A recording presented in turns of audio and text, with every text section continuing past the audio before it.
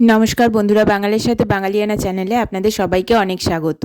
শীতকাল আর পায়েস না হলে চলে। চলুন আজকে একটা পায়েসের অন্যরকম রেসিপি নিয়ে চলে এসেছি। প্রথমেই নিয়ে নিয়েছি এখানে পায়েসের সমস্ত উপকরণ।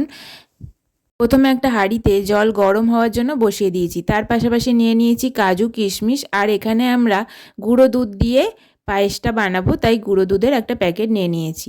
তারপর যখন জলটা গরম হয়ে গেল তার মধ্যে দিয়ে দিলাম আতপ চাল।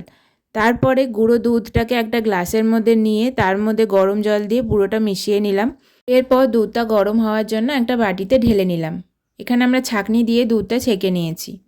এরপর চালটা যখন 60% মতো মোটামুটি সিদ্ধ হয়ে যাবে তার মধ্যে দিয়ে দিতে হবে গরম করে রাখা দুধটা।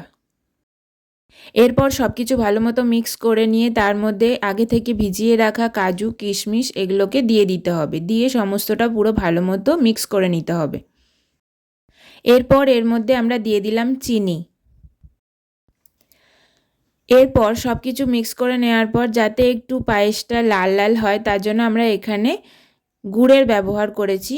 আপনারা চাইলে এটা স্কিপও করে যেতে পারেন, কিন্তু এইটা দিলে দেখতে একটু সুন্দর হবে আর খেতেও খুব সুন্দর হবে। ভিডিওটা কেমন লাগলো অবশ্যই জানাবেন। ভালো লাগলে লাইক, শেয়ার, কমেন্ট করে দেবেন। Thank you.